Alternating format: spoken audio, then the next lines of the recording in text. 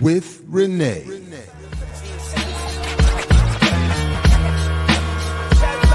Yo. We wait all week and all day for more. Saturdays with Renee.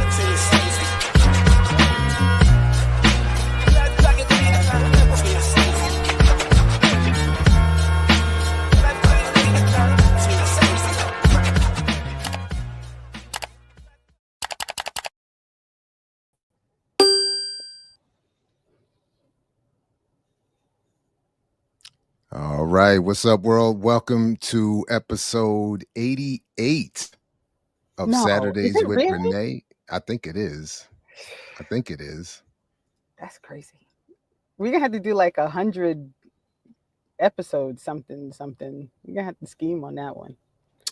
Yeah, it's gonna get here faster than we think. So yeah, we should do the centennial of the show special at some point. And we'll remind folks that this will be the 88th episode of Saturdays with Renee, featuring Renee Johnston, and I'm Jared Ball.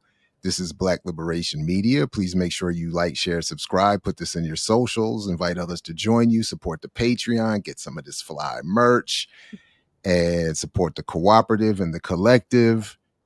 And we are not live. And this time it is not Jared's fault. It's my fault. It's not Jared's fault this time. I know. It's so rarely that I'm like, I can't. So Nazareth is going to finish 8th grade, and their big like moving up ceremony is tomorrow, which will be when this airs yesterday. And because that's all happening, Mom's is going to be in town and some family's going to come up. So we're going to celebrate on Saturday. And it's just going to be too stressful to try and do the show plus have all of that going on. So we are opting to pre-record, which worked out great because the Thursday record was the preference for the guests. And so, as the universe would have it, we got it to work out perfectly, that it worked for everybody. So I think due to the nature of the discussion, I think people will forgive me this. They should forgive just in general. I mean, you know what I'm saying? I feel like, you know what I mean? And we have yet to not do a Saturday in 88 episodes. No, that's right. We have yet to not. We've kept Saturdays. We kept giving the people what they want. And I should also say, I want to thank also my wife, because as we tape this is our 21st anniversary. And out. Yeah. And so 21 years is, salute to her. and big salutes. Yeah. Yeah. So it's a wonderful thing. So of course, this is also the 21st anniversary of the death of Ronald Reagan. I knew you were going to say it.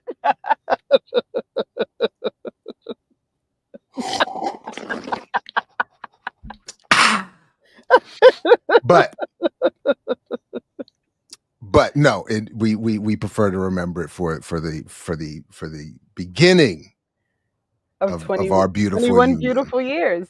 21 beautiful years. And 2 beautiful girls. And no doubt. 2 for 2. Yeah. So, but okay.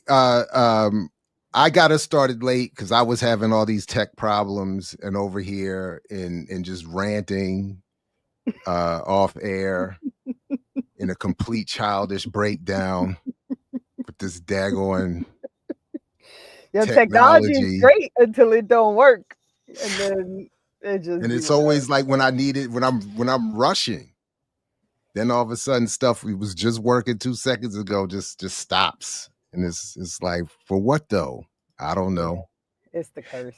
But it's the curse. But anyway, so yes, folks, please do like, share, subscribe, support the platform, and let's move on with this wonderful 88th episode. And should we just bring them up? I think we just bring them up because we like to let our guests introduce themselves. So I would say bring them up. Welcome. Welcome. Let me go ahead. So we are joined today by Haki and Akili Shakur. I don't know if either between the two of you, you have a preference of who introduces themselves first, but our general plan on the show is always to allow the guests to introduce themselves rather than me reading something that you sent me. I've never liked that plan, so we we always go with self introduction. So who would like to go first? Go ahead. He can go. I can wait. No, you can go first. You're the woman. You're the lady. Oh, So ladies first. okay. Ladies Okay. first. Black chivalry's not dead. Okay.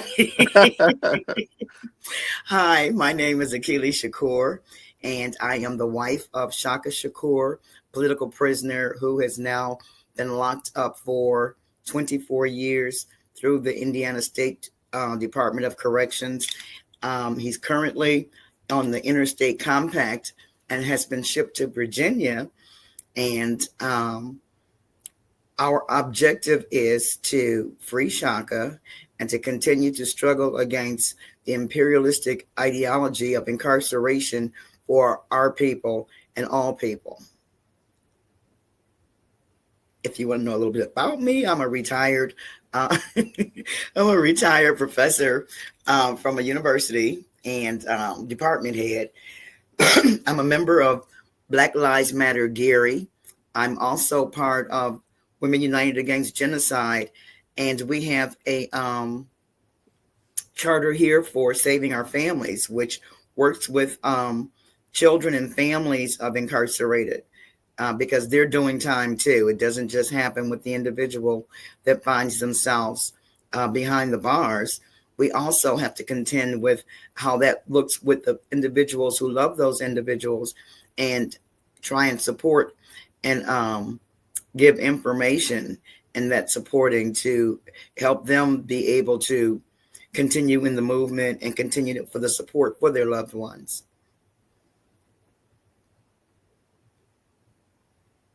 Okay, you can go ahead. Otherwise, I can talk about me. Go ahead, Haki, you're up. Oh wait, okay. My name is Shaka Shakur. I'm based here in Richmond, Virginia, where comrade brother Shaka Shakur is incarcerated at. So I'm a part of the Virginia Shaka Shakur Freedom Campaign. I'm a part of the New African Independence Movement. I work with several organizations like the George Jackson University, Malcolm X Grassroots Movement. A lot of my work is centered around, history and support of political prisoners and prisoners of war. So, yeah, I'm Shaka Shakur's comrade. He's also my mentor. I met him through my other mentor, comrade, Sanyika Shakur, rest in peace, and other several comrades within the Spear and Shield Collective of the New African Independence Movement. So that's pretty much my introduction. Thank you. So I guess Keely, you're probably the best person to start with. Can you give just some history? I watched a few videos and I read a lot of the articles. Could you talk a little bit about how it is that Shaka Shakur ended up where he is right now? And feel free to go as far back as you need to go for people. Oh, to wow. understand. You want me to go back? You want me to go back to the beginning of the world, huh? When I first met Shaka was incarcerated in Indiana. And I met him because he was working as a political prisoner with prisoners' rights in the Indiana correctional system. And I was working with another group that was against the death penalty. And he was one of our contacts that we worked so hard, the Northwest Indiana Coalition Against the Death Penalty. And I met him through correspondence, and we had to go out and we did a view of the prison and move out the way, a view of the prison. And I met him there, and he was very much active in what was going on with Indiana's Department of Corrections and the treatment that they were doing with individuals there with water. Back then, they were water hosing individuals, chaining them to beds and stuff. they were doing, well, he spent 13 years in solitary confinement. And so, because he was so voiceful about the conditions that were going on, there was this antagonistic relationship between him and the DLC. And he was very hopeful and instrumental in giving us an inside view of what was really happening and how individuals were being treated. And so when I met him, it was through both of our collective policies, our politics. And so after he got out, he continued to work in the community, trying to bring awareness to the political prisoners, those that have been left behind, those that have been in there consistently over the years, and to do an awakening of our young people in the community. And so the love story began. And out of that love story, we got married, and Shaka had a son all the time that he was locked up previously. And J-La was his son. And the way that he ended up back in the system is because of what happened to his son. I don't want to go through every date of how that built up, but the relationship they had always been behind bars, because Shaka was locked up when J-La was born. And so all of their communication had been with him visiting and, Shaka writing letters and all. And so while he was out after we got married, that first year, they were building a stronger relationship. He was staying with us, back and forth with his mom and stuff. And we were all together, his mom, Shaka, myself, in trying to make sure that J-La had every opportunity to escape the pitfalls that befall most of our young Blacks in the community. And it was Shaka's birthday that I had flown out to a conference in California, and Shaka was supposed to pick up his son, and they were going to spend the day together. They talked earlier, and he says, when I get through, I'll be over there this afternoon, this evening, to pick you up. And shortly after that, there was a phone call that came in that told Shaka that J-La had been murdered. And of course, that set things in motion. The Geary police, by the time Shaka got there, because I jumped back on the plane, flying right back out. I had just landed, headed to the hotel. I got into the hotel when I got the call, so I got back on the plane. But the series of events that happened is that Shaka went to where his son was killed at. And when he got there, he knew some of the officers that were there, because they started off as correctional officers with the Department of Corrections in Indiana. And he was trying to get to his son. So, of course, that was not going to happen. They would not let him get close to him. And J-La was lying there bleeding out in the streets. And they had some of them making, conversation that was inappropriate about what had just transpired. And that was really the beginning of how this happened, that the anger, the hurt, the depression that sets in after this happened. And his mom, his biological mom, and Shaka were constantly on trying to work through the system about the young man who took J-La's life, because he was not arrested immediately. It was like maybe a couple of months, and they would contact the department with news that they would hear about this young man and where he was at. In one particular conversation, they talked to a detective, and he says, well, they were telling him, we've seen him in this area, and that if they go and send somebody now, that they could apprehend him. And the detective told him that, well, you know what, I'm busy right now. When I get off work, I'll look into it. All of this is going on. This happens in August. And this is going on till, like, I want to say about November, December, because, even past that, because they didn't apprehend him anytime soon. From what we were able to understand, the young man's family had connections with law enforcement. And so they were supporting him being on the run. And in the meantime, Shaka is, I mean, that's his only biological son. And his remarks were, you know, I've been advocating for those behind the bars, those on the streets, helping to save lives that way, and I couldn't save my own child. And that spun into extreme depression. And I've never lost a biological child, but I could empathize because J-Law was my son too. But the degree of the hurt and disappointment that he felt is, I can never, ever actually feel that hurt. And so I tried to encourage him to do counseling, all the things that they tell you that you should do when you've been hit with an enormous tragedy of that such. And it wasn't really helping. He was still trying to do work in the community, still trying to work with youth. But for those of us that knew him, knew that he was going opposite in his personal life in terms of the depression, the crying spells, just moments of despair, of not even wanting to be here. And so it was in January, it was our anniversary, that he was taking a friend of ours back home.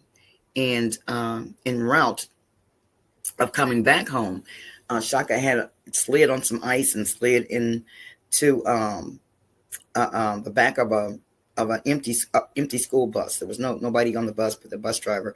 He didn't do the bus any damage. And then the police came. And when he saw the police, he just went into that. I'm sure everybody's heard of it. Suicide by cop. He showed the officer, you know, the weapon, and the officer, you know, was standing on the outside of the car, and he just started firing at the windshield on the passenger side. And he didn't try to run. He just stood there, and the officer never shot back. Officer wasn't injured, and he was arrested. And of course, they threw every charge you can think of. Attempt murder, everything you can think of. I mean, with so many charges. And he wound up being locked up. And the judicial system in and of itself, that would probably take about a whole 8 hours to go all the way through it. But it's failed because he was going for temporary insanity. And that he had a counselor, he had a psychiatrist, and all. And the courts brought in 2 psychiatrists that work with the state that, to our knowledge, to this day, have never filed on the rights of the individual. It's always towards what the state, because they're paid by the state. And they found him guilty. Well, they found him guilty of attempt murder, which, like I said, there was no attempt murder because he never fired not one shot in the direction actually of the police officer. And he could have, I mean, he could have walked up on, I think the police officer stated that he didn't even have bullets in his gun, like an Andy Mayberry type situation.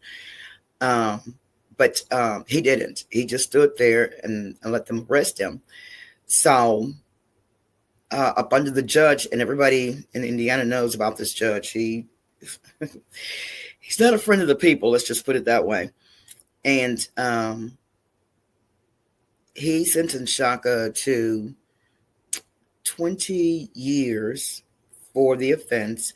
And then he hit him with like another 35 years for a habitual, because he first went into the system when he was like 16. So they went all the way back from 16. Then there was a minor situation that happened as an adult, and then this one. So they gave him a sentence of 65 years, which 20 years used to be a life sentence in the state of Indiana. But because of the habitual that has been allowed to still be activated at that time, he ended up with a 65-year sentence. And he started his sentence back in Indiana. And because he did not fall off his politics, he was still organizing and pushing in regards to treatment of individuals behind the wall, and still being very active with the community outside the wall. They were constantly bumping heads. And so when they got the interstate compact agreement going, then Shaka was shipped out, and he was shipped out to Virginia. He's now been in Virginia for going on 6 years. And I've seen him once since he's been there, because they were shipping him. He's been in like three or four of the facilities there. And I'm on my way back to see him again. So I know it's a lot that maybe there'll be questions about in between, but they can always reach out and ask on the shakashakur.org. And we will answer any of the questions that people would have, and they can read some of the writings that's out there to catch up on anything that I may have missed, because I don't want to just, plus I'll be honest, it's very emotionally hard for me to have to keep going back through this too. So if I seem a little bit emotional right about now, because it's still fresh. And I thank you. And I'm sorry to put you through that. There's for folks that don't know, there's a website, shakashakur.org, and there's a video on that site that gives this story in like a 5-minute snippet that, folks can watch and get some more and share that to get some more understanding. But as you said, like, the families also go, right? And so I think, especially as we try to get people to understand why it's so important to support this fight to get him out, I sincerely appreciate you giving the story from your perspective, because I think like, that's the story people need. This is 24 years this year. For discharging a weapon in a means that created no bodily harm and ended no life, which is typical for the state, but also like wild that we even have to have this conversation. Jared has a way of like sitting quietly when stuff is happening, and so you're good. Okay.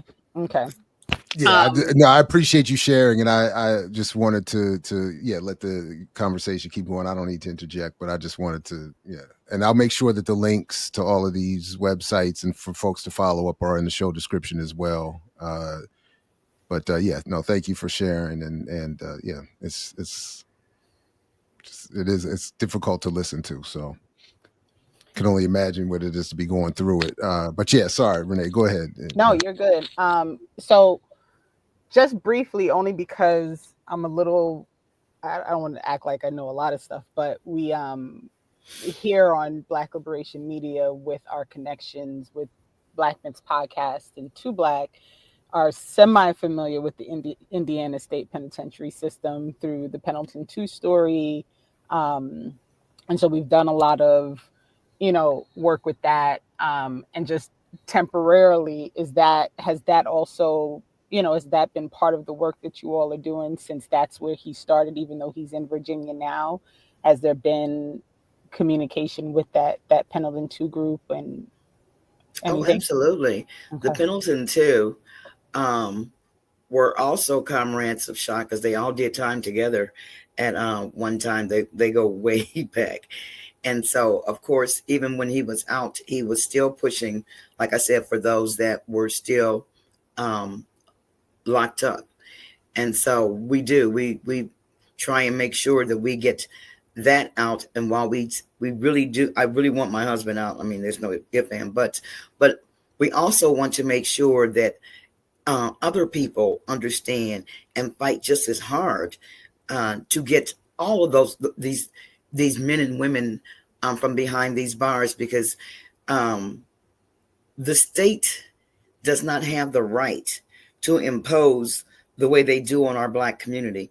Things that come up in courts that of people that are pigmentally challenged, they don't get the same treatment.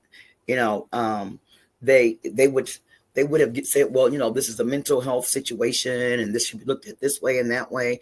Or they've got individuals in that they've been battling because of the politics of the prisons, and they do all types of underhanded things to mitigate the circumstances to its worst possible outcome for those individuals that are locked up. And you know, you go and visit your loved one, and you can see, you know, you see them, but you don't understand living in that box. You don't understand the pressure that comes up under having individuals, and a lot of individuals that work in those facilities have been desensitized, co-opted, very little, well, I won't say very little education, but not in the science of humanities, because you know they're working in that environment.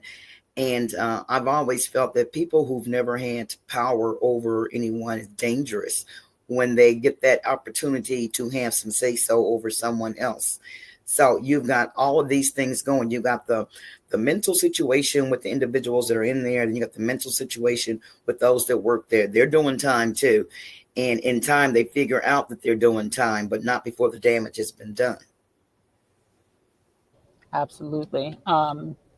I actually had the you know, I got to know Leon Benson a little bit, who also did some time in Indiana, and he sat a panel for me, and you know, I've tried to make sure that I keep up with him. And the stories, there is no, you know, we talk all the time here about Jared's little stint and how he ended up in the Navy trying to avoid going back, and my one night that I did. And that, like, me always looking back at that one night and thinking, I just don't know how folks survive it. But then in knowing that, having such immense respect for the mental fortitude that it takes to be a survivor in that system, but to not just be surviving, but to be fighting to help other people while you're there, right? I'm waiting for my copy of the book on Martin Sostre to get to me so that I can read his story. You know, like, this is understanding this movement is for me, is like, it's very, very important to me. And I spend a lot of time doing workshops on policing and abolition, and getting people to understand propaganda. And Jared's so helpful because his understanding of how media works is like, it's like you can't compare it. Now he's gonna shake his head and do the whole thing that he always does, but there's no comparing it. Haki, if I could bring you in to talk about your work, and that you're in Virginia with everything that's happening in Virginia with, you know, people setting themselves on fire. I mean, there is so much happening there. Can you talk a little bit about your work specifically, and you know, that particular situation of being in Virginia while all these things are happening, on top of like what the work is specifically with Shaka? Yeah, most definitely. A lot of my work started and was, you know, predicated on just learning about the whole colonial system of Virginia, which leads me into the mass incarceration, which basically, you know what I'm saying, you know, people who don't know, was founded on this colonial system of enslavement here in Virginia, you know, throughout the 1600s, 1700s, 1800s, and those things. So my history as a, you know, a historian, it took me into that work of wanting to combat mass incarceration here in Virginia, because Virginia's mass incarceration is one of the highest mass incarcerations in the you know, in the country, whether it's the top 5, top 2 in the country right now. We have more people incarcerated here than in some countries across the globe. So that type of situation influenced me, and also seeing like other family members being targeted here in the Richmond, Virginia community and Virginia community with this mass incarceration system that they have set up. and things of that nature. So that's where my work began, and then it just took me down this rabbit hole of political prisoners and prisoners of war. And so once I got involved with that work, trying to help free, political prisoners and elders who've been incarcerated for 40 and 50 years and things of that nature, I just wanted to help develop a support system and a movement here in Richmond, Virginia, where Richmond, Virginia lacked that type of organizing when it comes to prisoners or just political prisoner of war, period, which was absent here in Richmond, Virginia at a point in time throughout the late 90s, going into the early 2000s. And that's when the Jericho movement and things of that nature came to Richmond, Virginia through the elder comrade Jihad Abdul Mamit and them when they came here in the early 2000s. So I just joined in on that work and things of that nature. But yeah, it's a war going on right now with the prison system here in Virginia. With through Red Onion, one of the worst prisons here in America. Wallen's Ridge, it's a thing going on there where the prison system is using their draconian tactics on New African, Chicano, and other ethnic groups within the prison system. Is very oppressive right now, to the point, like you said, people are setting themselves on fire. People are, subjecting themselves to all types of means to bring attention to what's going on in Red Onion and Wallace Ridge. So I'm just, lending my voice and things of that nature to help bring attention to these situations that's going on. Also, I will add to this as well is the situation with Kevin Rashid, another political prisoner as well, whose case is tied to Shaka Shakur's case, because during that interstate compact deal, those two individuals were swapped out. And Kevin Rashid was taken to Indiana, and that's when Shaka came here in 2008 and things of that nature. So their cases are heavily interconnected as well. So, he just been recently shipped out of Virginia to South Carolina, where he's going through situations of brutal repression as well down there as soon as he got to South Carolina. So all these cases are interconnected and things of that nature. So I'm just lending my voice and trying to be active as possible to bring, attention to these cases. But also, we're the support system. We're the family for Shaka Shakur, because he is here by himself. He don't have no family here in Virginia.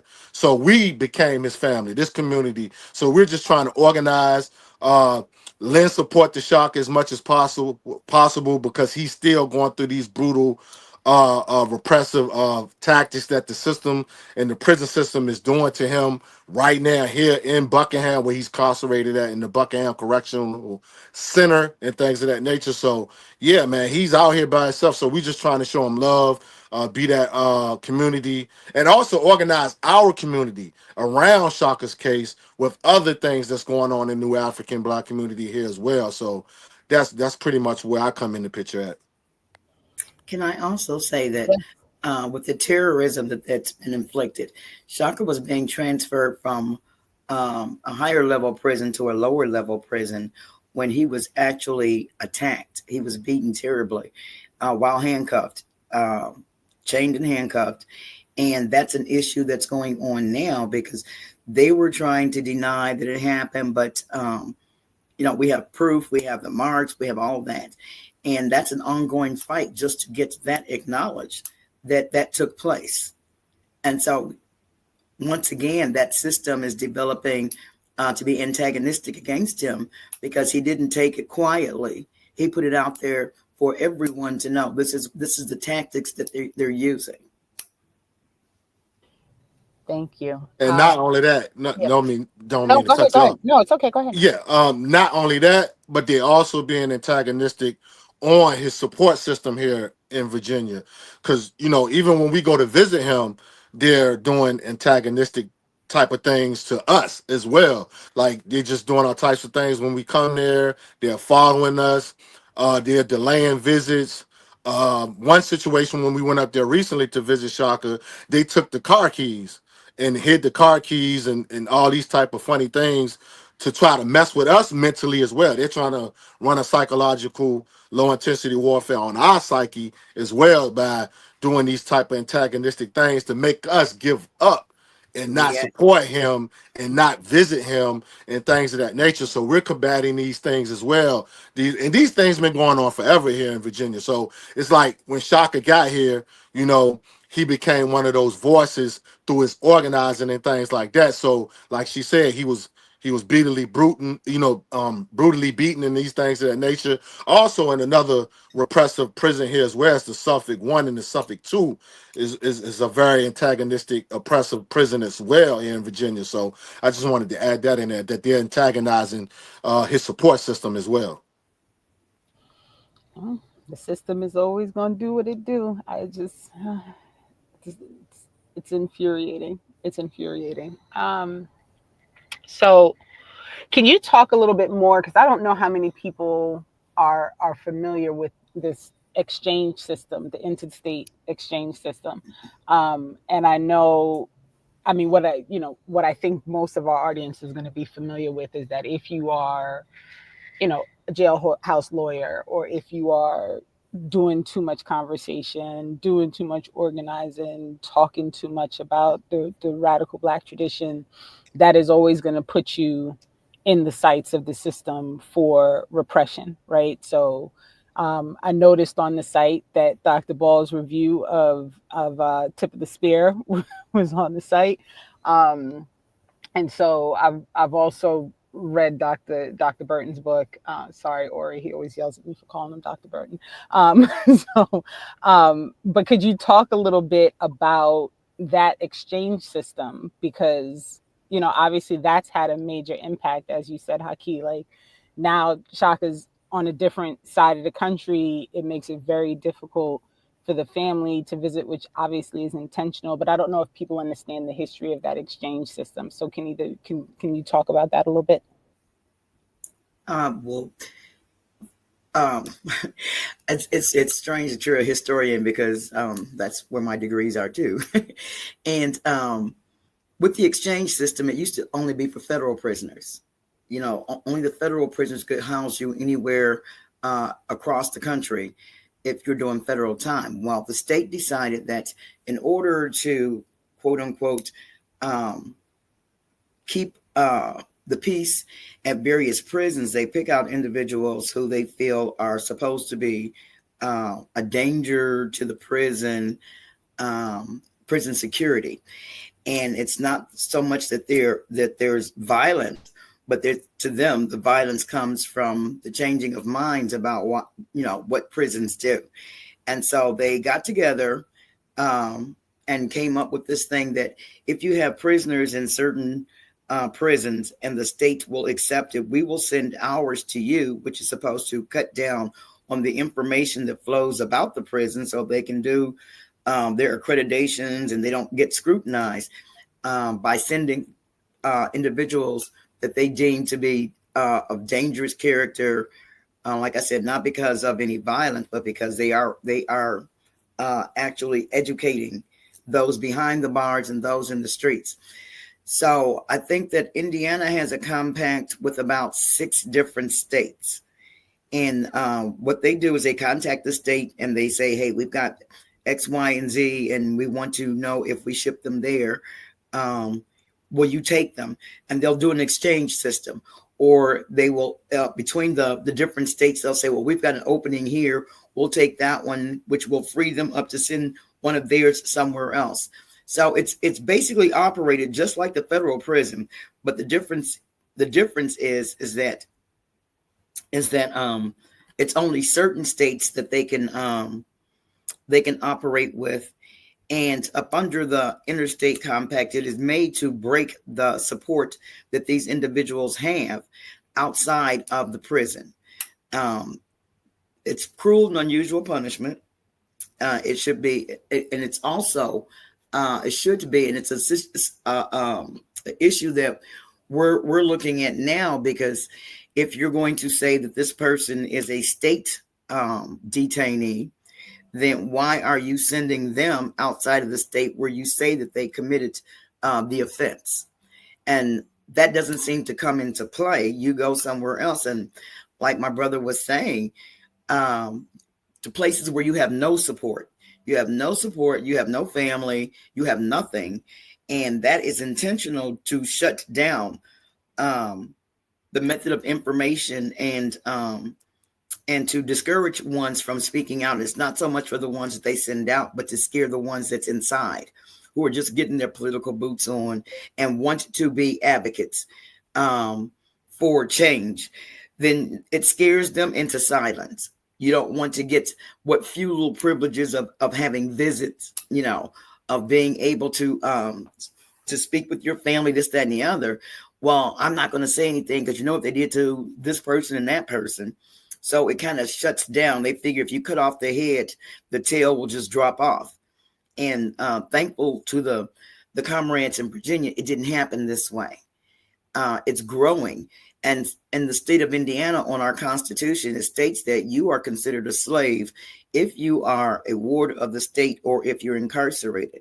And while people don't take that seriously, this is what you would do for slaves when they were on the plantation and you felt like you couldn't control their behavior. Then you ship them off somewhere else where they have to start all over building a collective around them.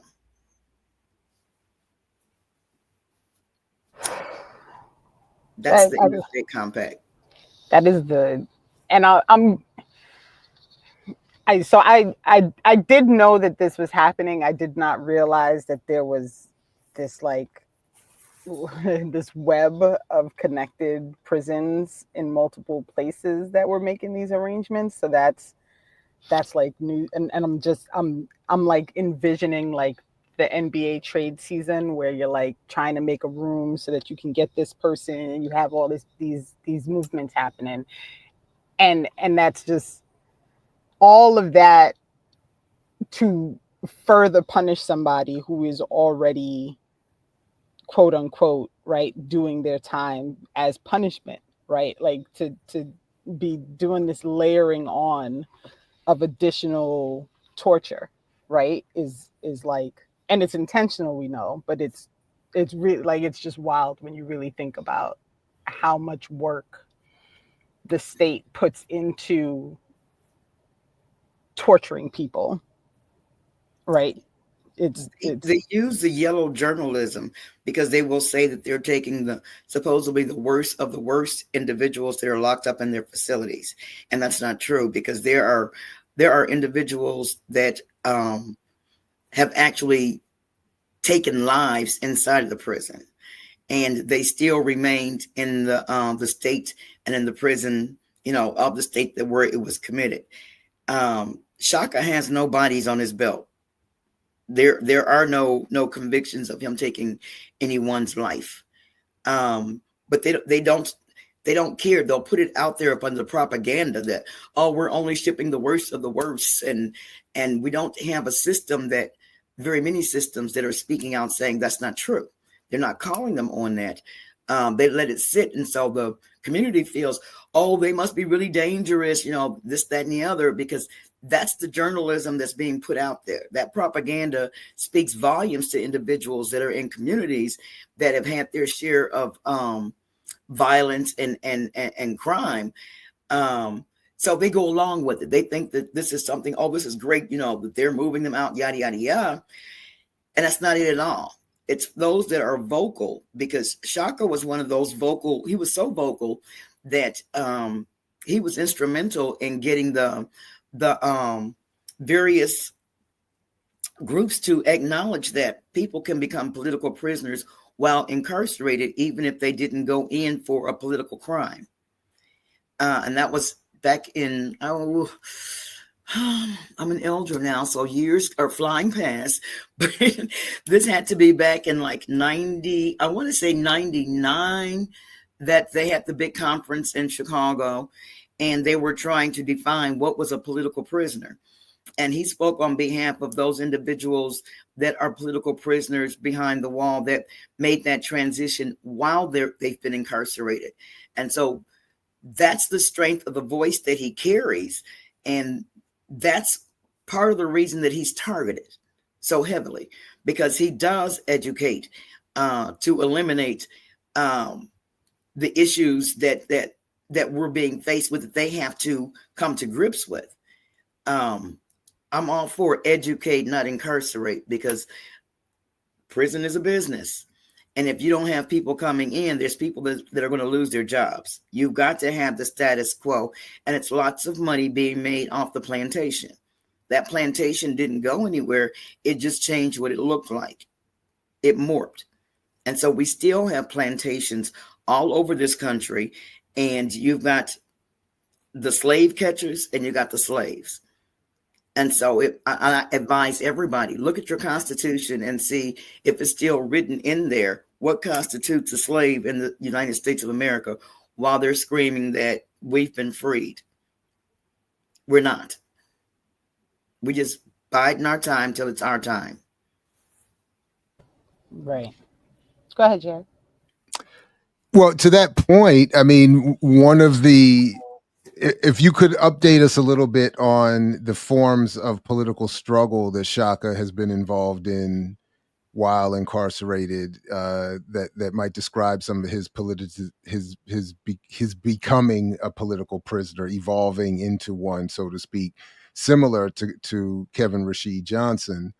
And if I remember correctly, I haven't followed it closely enough. They have been comrades in a similar organized struggle within the prisons.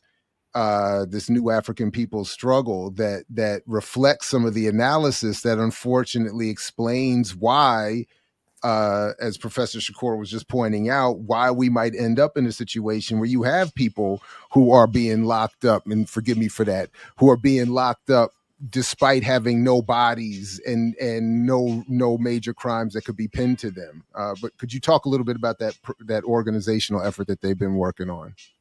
Well, they have the New African Freedom Campaign that's having a conference July 19th. And what happens, what has happened and what is happening is that as the scales are falling off of our community's eyes in regards to the judgments that befall our people. They've been pushing that for forever, because when Shaka first went into the system, he went in young and wild, like most. And when he started becoming politicized, it was from off the shoulders of the brothers who had been there that had been locked down. And he started learning. One of the things that we don't do is that we don't learn policies of places that we inhabit in spaces. And they started teaching him, look, this is the fight right here. It's the fight for liberation, not just inside, but outside too. And they started teaching him about his responsibility as being a Black man on this continent of United States. So when they started doing that and teaching him, how do you go about fighting when you're locked up? And one of the things that he does very well is he reads policy. And when you start holding people's feet to the fire about the policies they set, but yet they break, individuals get very upset about that. They don't appreciate it, and they come after you. They take it as a personal, because whoever is not following it, your job is in jeopardy, and you're eating off the back of them being incarcerated. And the state will go to any length to push antagonism, even once you're out.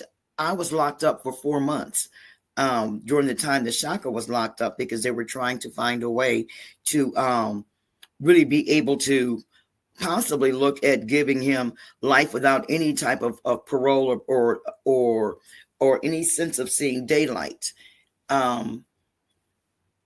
And having always, it's really weird how life happens, because I came out of high school working as an activist from the time I got out of high school. And I had been working with individuals that were incarcerated over in Illinois for quite a few years. And I thought that, I was well versed on incarceration until I actually had to live in that environment for 4 months.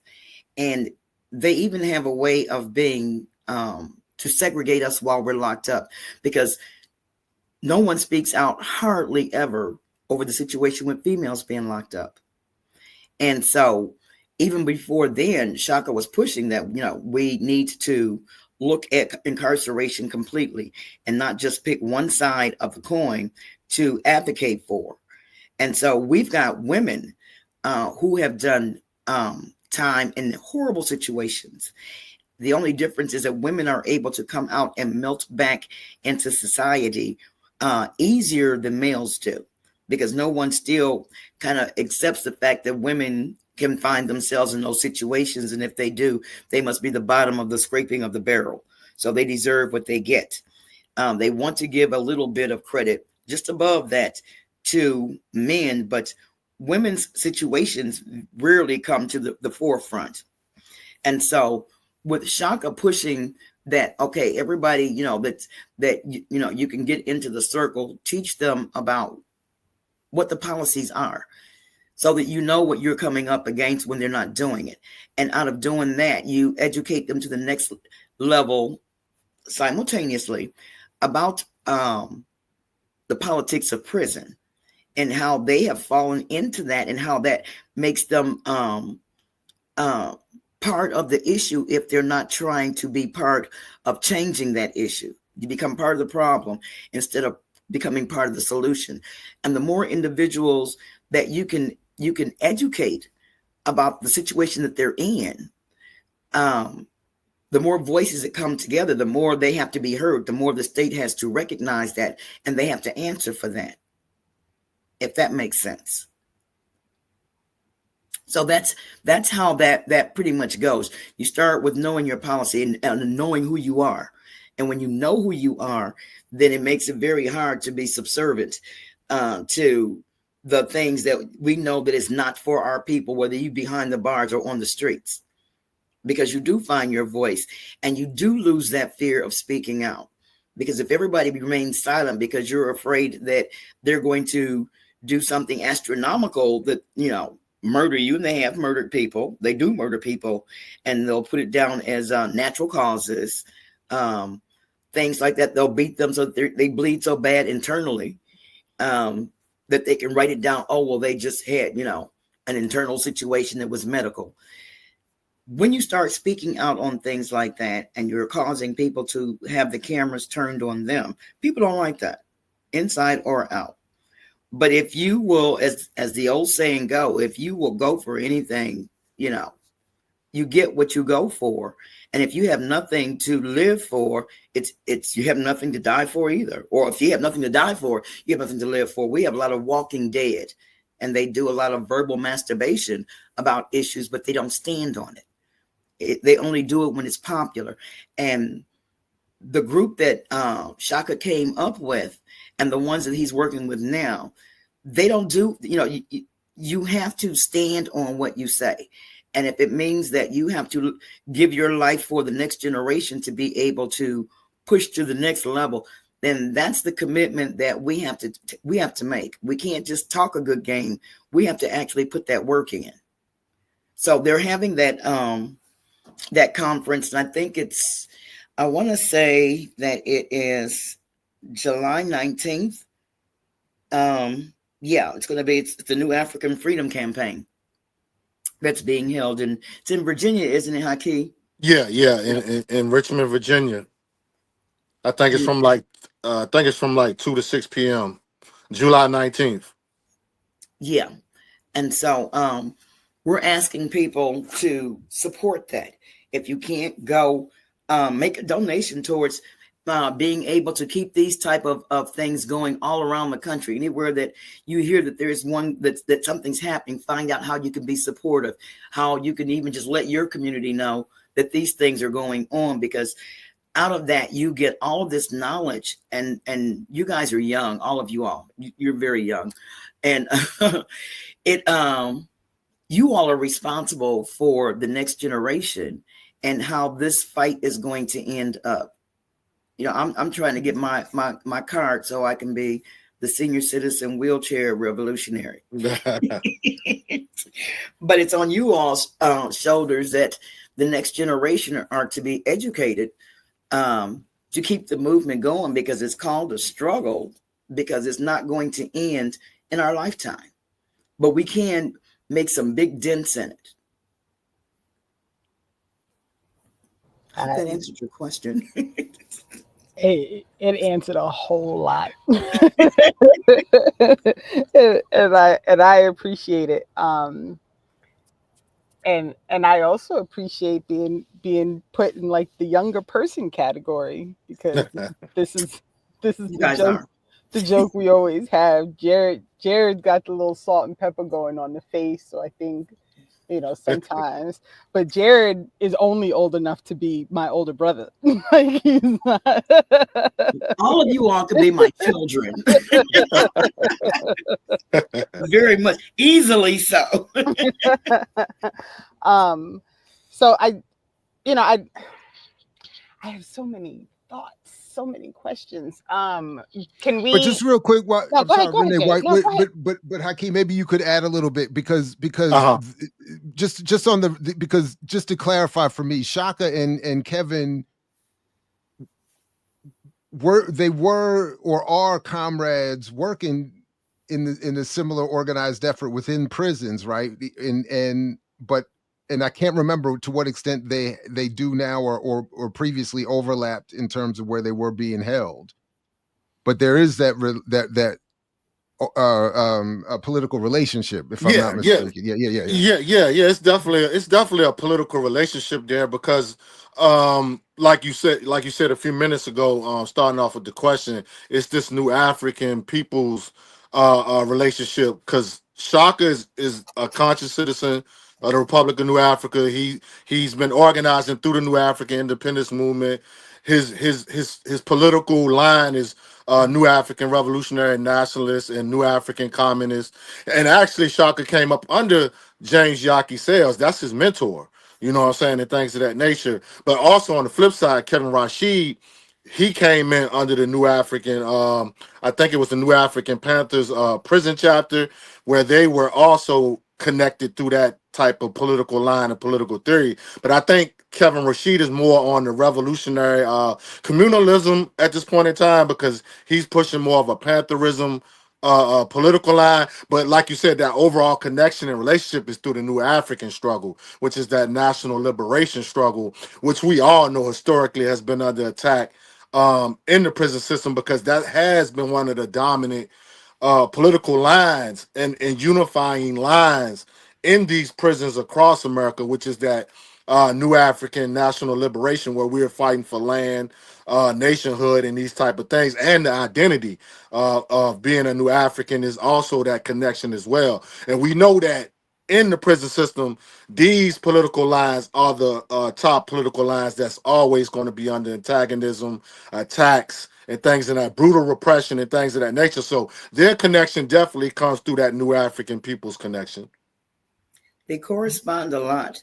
The state, the state itself, the U.S., they've not allowed them to be on the same set because of their politics. Yes. And so if Shaka is in one place, then they will make sure that he's in another. So they do not want them together in the same arena or facility, but they stay connected through their politics of the New African. So they correspond back and forth from that point of view. They agree on what they agree on, and they push from that particular ideology.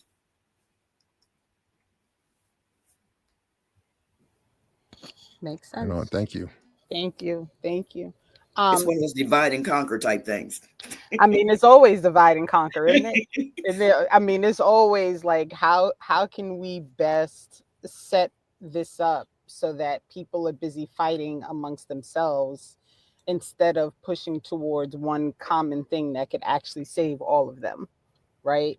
And so we are constantly having these arguments about things of this nature, you know, electoral politics and all these things. In fact, I said to somebody yesterday, they were like, well, I'm going to lose my SNAP benefits and this, that. How can you say that it's the same? And I said, you understand that if we had free health care and everybody could eat and everybody had a house and like food that they sold in stores wasn't lined with stuff and packed in plastic, like you wouldn't need SNAP.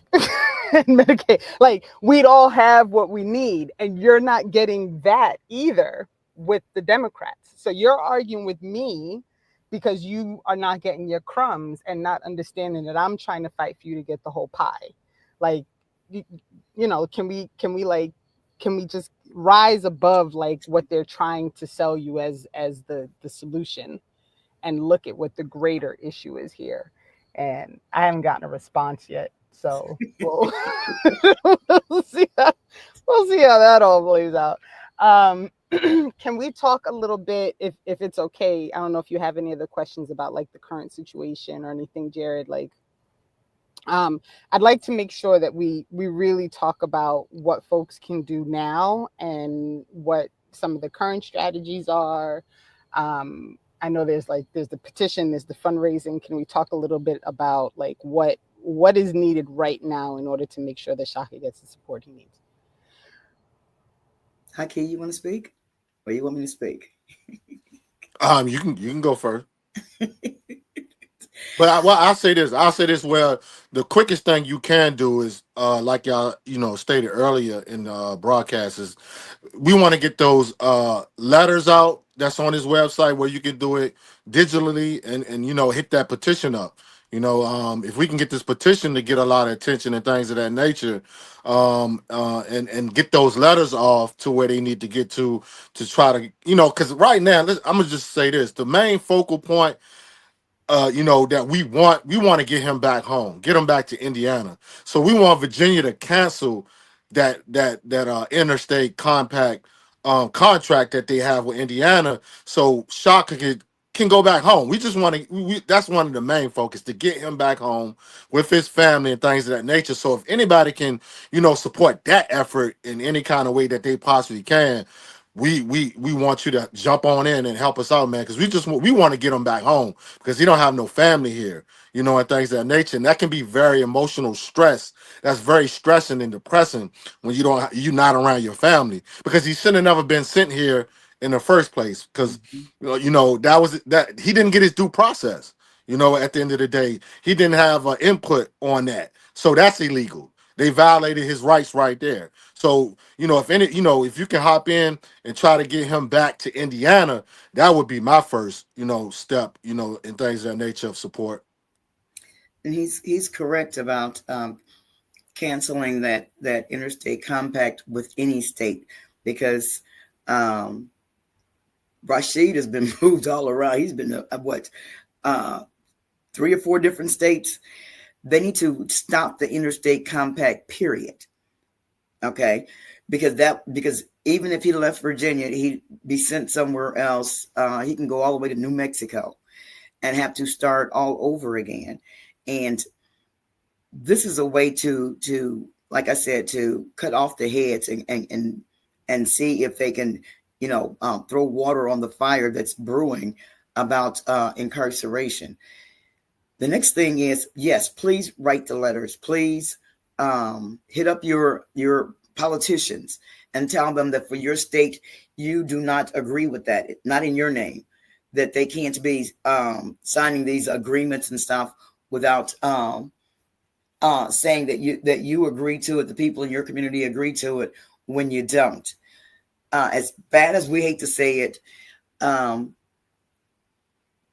even if it's only $5, because you don't understand until you're in it how much it really costs just to get legal representation, because there's so many attorneys that are afraid to take on profile cases because they're afraid of what their future is going to look like when you're doing that. You have to understand the legal system. Okay. A lot of lawyers play towards the judge and towards the governor, whatever policy that they hold. A lot of people who call themselves lawyers, you'd be surprised at how many of them have been practicing for years and never tried a case, because all they do is cut deals. So to find real representation, it costs money. And then with the times being the way they are, it's getting worse, because the man that sits in the White House is going after law firms. And It's a reason for it, because these firms will have to capitulate to putting the law out and carrying their policies. And I know I'm probably stretching a little bit, but this is true. When they're talking about being able to take away habeas corpus, that's going to affect our loved ones who are locked up too, because that gives them the right to even transfer them out of the country. You know, and that's what it's building towards. You start with this group of people, and if nothing is said and it doesn't make any waves, then you can go after the individuals that you've always wanted to take out of the country in the first place, which is people of color, us. And so habeas corpus is very much a part of what this Constitution is supposed to guarantee people. So it costs money to have people to understand that, and to understand what the interstate compact is. It's very hard to find somebody who has the power, even outside of Indiana, to practice in Indiana. And Indiana is strictly a red state. I mean, strictly. Okay, they don't even make no bones about it. And we've talked to attorneys. We've had to fire attorneys who will start off strong, but then they get the word that no, this is not going to work out in the best interest of their firms. Then, they've stepped away. We've had to fire a couple of them, and this costs money, and you have to pay them for what time that they've put in. And so you get what you put into it financially. So we've gone through quite a bit of money in these 23 years to just keep him out there, so that we can get someone who's bold enough to start off and see it through to the end. That's another way. By all means, the letters. We need the letters. We need not only to what's on there. I think there's one that goes directly to the prosecutor, who's a Black prosecutor in our area. And we need him to be aware that this is being scrutinized all across the country. This is not just an Indiana thing. The more voices that speak up and say that this is not right, you've gotten the time out of him that he would have done just if you had not put that habitual on there. It never up under the habitual has a body count been put on him at all. And yet you stand on this because you want to make certain individuals examples. And we won't tolerate that, because these are our politics. And you have the freedom so far until they cut that off, and they're trying to stand up for what we believe in liberation for people of color. So if people will go on there, get their friends to do it, share it on your websites and all, demanding that the attention be brought to this, because we don't want this to end up like what has happened with Brother Mumia. Brother Mumia has been in there for about 50 years. Close. If it's not 50, it's right up on it. And you don't hear his name being mentioned anymore as it once used to ring. We want all these brothers out. Okay. And we want people to realize that today it's us, tomorrow it could be you.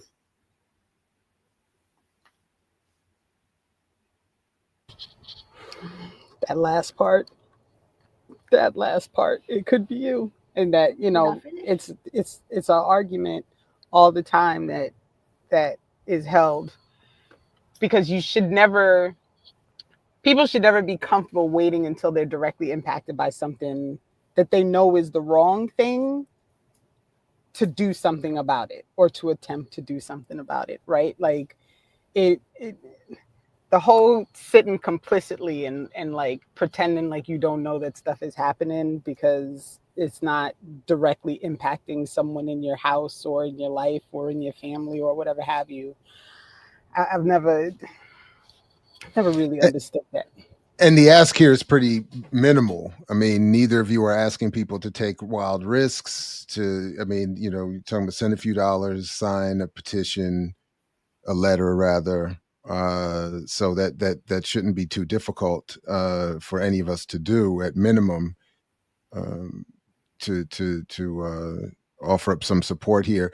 And to that point that you make, it's not just that people will become political prisoners because the conscious political acts that people are going to be encouraged to take going forward as things continue to worsen, but to the point of if I understand both Shaka and Kevin's story, that people will become politicized prisoners or political prisoners because they're going to get caught up in sort of the quote unquote routine oppressive conditions that have people end up incarcerated, and then once inside become politicized to more radical revolutionary politics.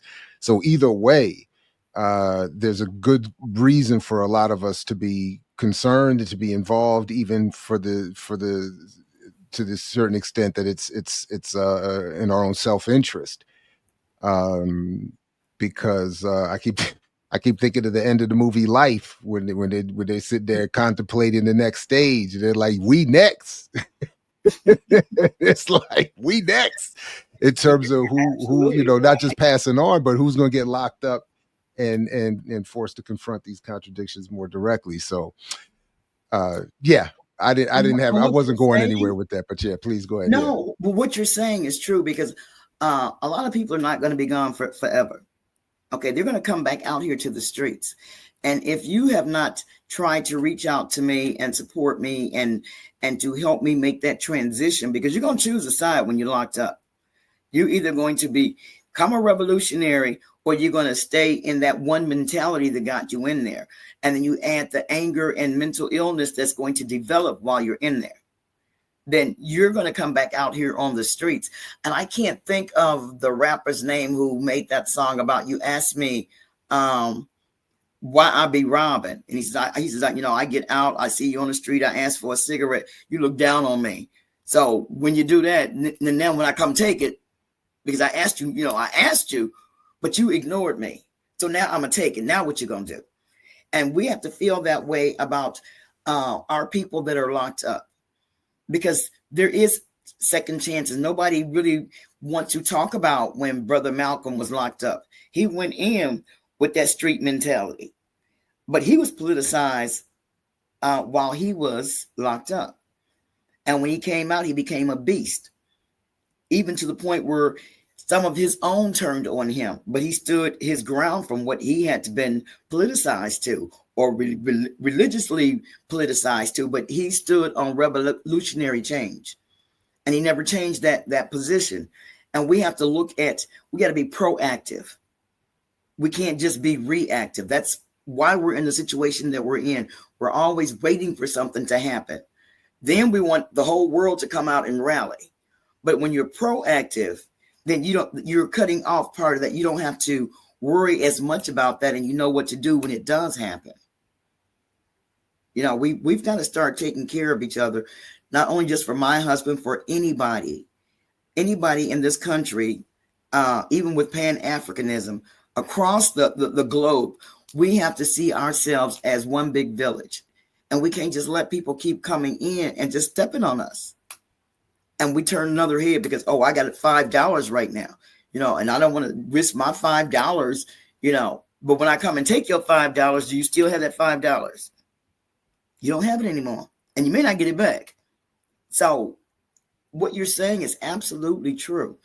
We're not asking people. We would love for people to take to the streets, in volumes with signs and bullhorns. Don't get me wrong. We would love that. But if you're more of a silent revolutionary, and you have those worries, because people do have jobs, they have to eat, they've got families, things like writing letters, signing petitions, send a few dollars, support not only my husband, but support any political prisoner that is trying to do something and make a change. The groups that are around that are doing things, support them, because it does take money to get all these things done. It's not like we have the publishing companies to write the books, to sell the books. Either way it go, money is involved somewhere. So don't just wait. Like I said, don't be reactive, be proactive. support Shaka Shakur and all political prisoners. Pendleton too, Rashid, all of it. It all goes hand in hand. Ouch. Can you talk a little more? Haki, you brought up Rashid. Could you talk a little more about that exchange and the other person who was involved when they brought Shaka to Virginia? Haki, I think she's asking you. Yeah. I heard what she said. I know with the exchange between Rashid and Shock. I know that I think that took place around 2018, and things of that nature. So, but the most recent one, I don't know who he was exchanged for in the most recent one, being shipped to South Carolina. I think they did this one intentionally, far as shipping him to South Carolina, because he was one of the leaders of the one of the most recent hunger strikes that took place in Virginia, where it led to the point where it got to the point where individuals started, like setting themselves on fire in Red Onion. But I think Rashid was incarcerated like towards the mountains. I think he was like up in the mountains when he started the hunger strike, and he had got real sick and things of that nature. Probably close to almost like dying. That's how long he took the hunger strike, and I guess they got fed up with him again. And I don't know for sure. I have to go back. I don't know if he was swapped this time with somebody like when he got sent to South Carolina, but I know they immediately shipped him out probably like a couple of weeks ago or something like that, and that was done intentionally. And like when they was transporting him to South Carolina, they broke his leg intentionally.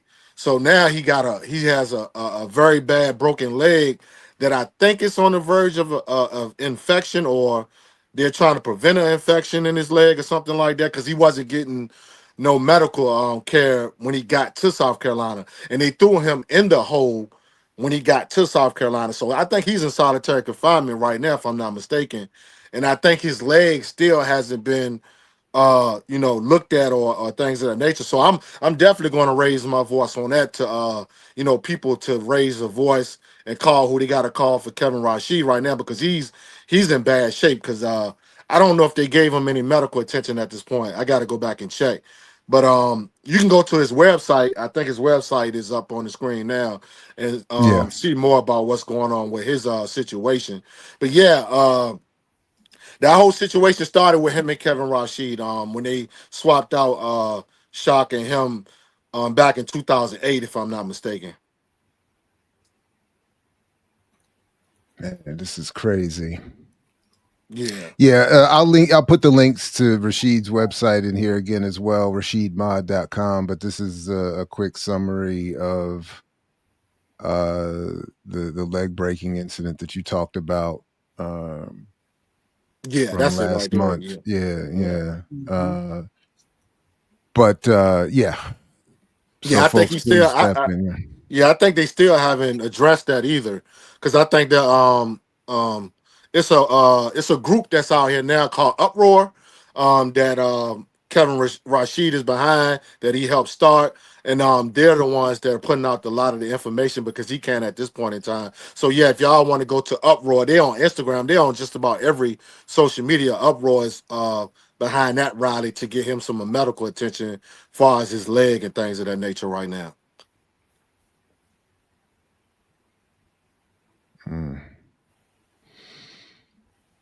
And if folks want to just, pause the video or take a screenshot, and again, I'll be putting the links in the show description so that folks can follow up and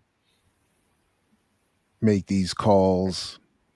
Yeah, because it's a horrible situation with him right now. Like, It really is. Because I think he's doing another hunger strike right now, if I'm not mistaken. Because I think that was like the last message he sent out. I think he's doing another hunger strike, because I think they threw him in the solitary confinement as soon as he got there. Yeah. So again, everybody, the links in the show description. But I do it a lot now as a viewer. pause they tell you, pause the video, you can get the information on the screen, read it if you need to, take it, and then you start the video back up again. Even screenshot it real quick. So whatever works for you. Okay. Sometimes I get real overwhelmed by these stories, and I just don't know how we have people living like this. And like, I don't even know. I did notice there's a documentary on the website, a movie about Shaka. Did I see that properly? That there's like a documentary that might be available? No? Am I talking crazy? I feel like I might be talking crazy. But Yeah, it's one on there. I was like, did I not see it? Mama Keely can speak more to that documentary. Well, if you'll give me a second, because he's calling in, and I hate to miss phone calls. No, don't. Oh yeah, no.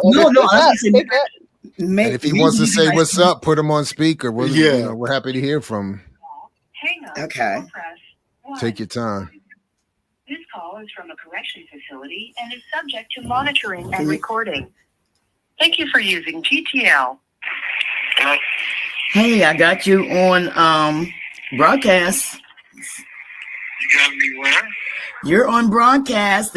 Everybody's here, Joe. They got Jared, Renee, and Haki. I thought y'all probably be finished, but Free the land, Conrad. Yeah, free to land. It's good to hear from you. Salute, and we're happily trying to spread the word to get you as much support as possible. I definitely appreciate that love and solidarity and support. It's a lot going on. We're kind of gaining some momentum. As the campaign expands, kind of get a little bit more recognition in terms of what we're trying to do, but also with that comes repression, an attempt to frustrate our efforts. But we moving straight ahead, straight ahead. Hey Shaka, let me throw this in here real quick. Hey Shaka, can you speak to the similarities to your case and Rodney Hinton's case real quick, because we didn't get to that part yet? Yeah, absolutely. The cases are very similar, and one of the key points is that the alleged offense that he supposedly committed was after he witnessed the murder of his son. The video footage, or the video camera footage, and whatnot, and supposedly after viewing that material, he supposedly committed, the alleged offense. But you don't hear a lot of mainstream media and whatnot when they talk about that case. You don't hear about the psychological impact, or what he may have been dealing with. And I can identify what he was dealing with and know exactly what kind of headspace he was in, because it's the same as my situation. Like, I witnessed my son laid out on the ground, uncovered with the crowd of police snickering and heckling and smiling and jovial. Some of whom I knew, they was former correctional officers, they were now working for the Gary Police Department. Who knew me and was familiar with my politics and my background. It's a headspace, man, that nobody wants to be in. Like they say, it's a club that nobody wants to join. It is very similar, and I think that ain't no doubt, that his actions and response and reactions was to that situation in terms of witnessing the murder of his son. People pulled up, the cops pulled up and murdered that young man within 6 seconds upon arrival. That right was the time period in which they pulled up and murdered in the same state the young brother, Tamir Rice. And so it's a lot of parallels. And I just wrote a piece called Mental Health, or Shaka Shakur versus the state of Indiana. Mental health and so-called black criminality. We don't get the benefit of doubt as black folks, as New African folks, when it comes to mental health or insanity or that type of conditions, And while he's a New African or / black father, he's a father. He's a human being, like myself. We have reactions and responses and feelings and emotions just like anybody else. You know, we shouldn't have to jump over hurdles or go beyond, what is expected of anyone else to be able to have people evaluate and recognize, what we dealing with or what their, response was. I took a temporary sanity plea in my case based on my length of time, treatment, torture, and SuperMax prisons and controlled unit prisons and solitary for decades, you understand? Documented it. And expert witnesses testified, you understand? And it was dismissed. The court appointed doctor said he was using language like closure and healing and trauma and suicidal ideation. He took over the interview. He took over the evaluation. He's too intelligent to possibly be going through what he said he's going through. So no, I don't think he meets the criteria of this and that. So once again, it's like a poll tax for black folks, a poll tax for New Africans when it comes to mental health. We have to go beyond and be exceptional to prove this and that. You know what I'm saying? Which just reflects the larger contradiction that the institutionalized racism, you understand, is still infected and infested and invested within the superstructure of society in terms of its so-called disciplines, academic, and other finances. And it also reflects and represents the colonial contradiction of all people have in terms of the state and the government and the system as a whole, the materialism.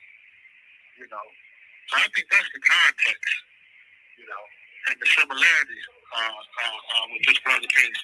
He had witnessed in cold blood his son laid out on the ground. I don't think, I don't know. I did write him a letter waiting on a response.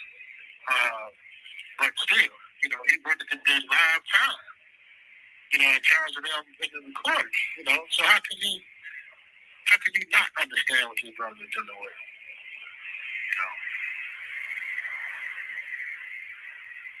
Peace. I don't even know how you would not understand. I mean, it would have to start with not being a parent, and then it would have to be from there not being concerned as a human being. But I don't know how you wouldn't understand. But yeah, go ahead. I'm wrong. Sorry, Renee. Yeah, sorry. Yeah. No, I was just going to say, Akili, I thought you wanted to ask something before Haki asked this question.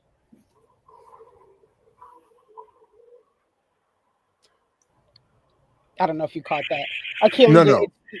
Akili, it sounded like you had started Yeah. to ask a question of Shaka before Haki asked the question. No. I can pass on that because I was going to ask him something else, but no. Is there anything, Shaka, and I wish I could explain how my heart is like pounding right now that this call happened while we're recording this. I don't think people really understand like how the universe works for these things, and it is so important that we are able to hear directly from Shaka. Like I can't even wrap my brain around the fact that this is happening right now. But Shaka, if you could, and I'm Renee, and I thank you for your strength. If there is anything that you want folks to know about you and how you are surviving this experience, or how we can support, or what you need, or I mean, if there is anything that you'd like to put out to the world, I really, if there's anything, please feel free to do so. I'd really like people to understand you from you, because I think that's important. I appreciate that. And one of the things, I just did 13 years straight in solitary. There's shoe and SuperMax facilities and so forth. I'm transferred from unit to unit to unit to unit to unit, and trying to get out of the state of Indiana away from my family and sent to Virginia. I've been out here almost 7 years now. Since I've been out here, last year I lost my mother. The year before that I lost my father. The year before that I lost my grandmother, my last older sister, and a couple of aunts. not allowed to go to the funeral, not allowed to get any type of bedside visits, bereavement, and denied the opportunity to come back to Indiana, and actually told that if I forced them to bring me back, they was going to lock me back down into solitary confinement until they can find another state to accept me. That's been my reality. Last year, I found out I had cancer, kidney cancer, which I think I beat. I think we caught it early, or stumbled up on it early. But some of them were already aware. Prior to coming to Virginia, I found out once I got my medical records that Indiana had, after the initial diagnosis of kidney disease, 4 years later, completely wiped my medical file clean of any mention of kidney disease. So when I came to Virginia, they had no knowledge of this issue. So then it is fast forward to 2025. I'm having some issues with. Well, let me get to that. Since I've been out here, there's been a campaign, a so-called pressure campaign, after the first year I got out here. Once it became known of my writings and my association of affiliations with outside organizations and advocacy groups, or IW, IPOC Watch, etc., and my history of resistance within the struggle, I became a target for repression, harassment, psychological warfare, amongst other things. So now here it is, 2025, and I'm beginning to experience some of the psychological effects and damage that manifested as a result of this treatment. I'm starting to have some issues. Since I've been out here for several years, I've tried to get some type of mental health treatment in terms of PTSD issues from solitary confinement. Talking to them and trying to go to mental health has been basically a non-starter, and then when we find someone who may be understanding and able to or willing to assist or what have you, or give you some type of therapy or treatment, they're not backed by the system because they don't have quote-unquote funding or they're short of staff, etc. So I'm left to treat myself, so to speak, and develop mechanisms and what have you to deal with these post-traumatic stress issues and issues of anger or rage or depression and other things. So that's some of what I'm dealing with, right now. And that don't even include the maneuvers and manipulations and narratives and cross narratives that get pushed in an attempt to have reactionary elements or reactionary forces neutralize my activities and try to curtail my political activities or try to censor my speech, my writings.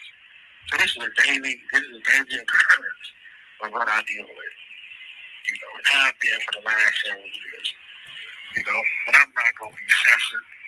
I'm not going to lay down. I'm not going to stop. I'm not going to retreat. None of that, So the way y'all can help me, you all can help me is what you're doing now to be a platform and other comrades a platform on my behalf, get the word out. I got 23 years in on a non-murder. Nobody was seriously injured, and it's an injustice and it's immoral. They cannot defend it. I'm dealing with health issues and that should qualify for compassion and release and clemency, and I think that if we bring enough pressure and enough attention and enough exposure, that we're going to be able to achieve and accomplish this mission that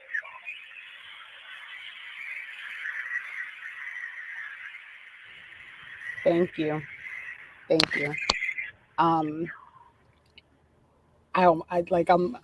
I wish we had all the time because I have so many questions. And I don't know. I know these phones when you call, sometimes it'll just end. So I'm trying to make sure that I don't get us where poor Shaka's in the middle of a sentence and then the call just ends. So, because that's just infuriating. It's happened to me multiple times. It drives me nuts. Shaka, can you talk a little bit about your writings and how folks can follow the things that you're sharing in your writing? Yeah, but hopefully our book will be published. I got a book coming out called Manifestations of Thought, which is supposed to be out by August 1st by 1804 Publishers. I first started writing while in solitary the late 80s, early 90s, and once I went to the first SuperMax, which was Maximum Control Complex in Westwood, Indiana, because I was young, we was young, and our response started being just physical and organizing and that type of thing. But we was in a situation where physical wasn't going to work for us. It was in total isolation, etc. So I began writing, and discovered the old heads, the older comrades used to always say the pen was mighty as a sword. But when you're young and wild and full of, piss of vinegar, as they say, you ain't trying to hear that. You want immediate results, So it was always the physical. But once I got to writing and see the strength of that pen, the power of that pen, and the people that you can meet, the mind that you can change and educate and so forth, it became therapeutic for me. And for me, going through everything that I've been through, comrades, being active, I've always been therapeutic for me. That's what I've saved my life. Being able to read, study, grow, and organize, and agitate, that has saved my life. And for the most part, it's saved my sanity. So that's why I write. And I've been writing for over 25 years, and publishing books and pamphlets and above ground and underground and so forth, and with the support of outside comrades and supporters, they get my writings out there, so even going all the way back to what we had, for those that can remember, Prison News Service out of Canada, that was supporting a lot of the political prisoners and field governors in the U.S., and you had, the comrades like Jaleel and Garuba, and Yaki and so forth, that was right, and we was politicking and engaged in an ideological and theoretical struggle for that newspaper and what have you. The brother and comrade, Ray Bay, rest in peace, and Shaka Shakur, who I had a personal relationship with and used to correspond with, who also encouraged me to write and inspired me to write as well,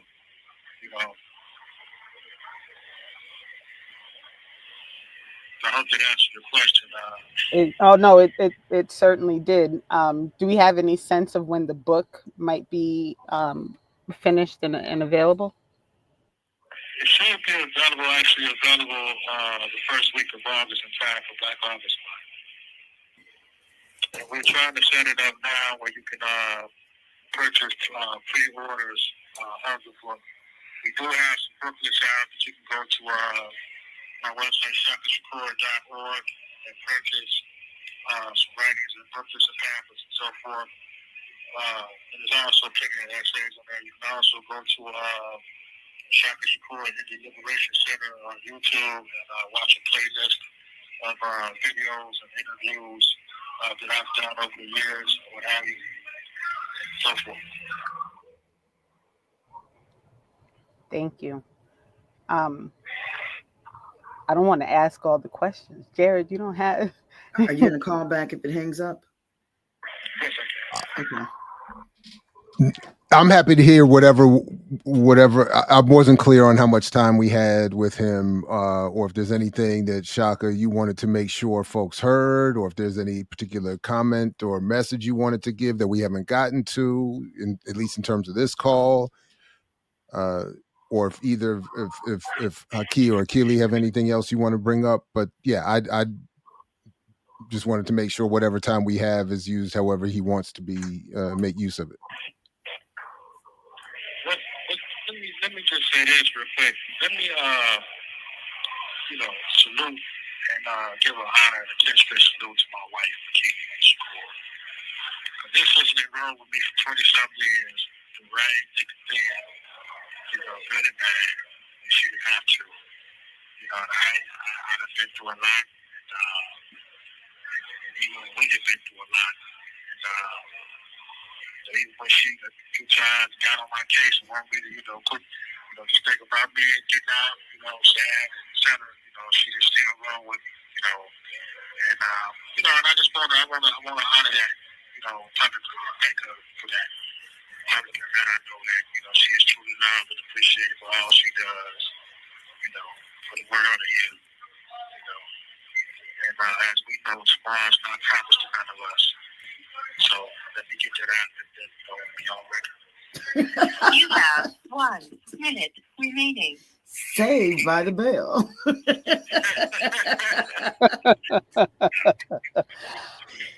Shaka, I will share with you that Akili is beaming right now. You just gave her such a smile, and that's great. I'm excited that I got to witness that, because there's definitely nothing like a husband saying thank you to his wife in a public space. Yeah, well done, my man. Well done.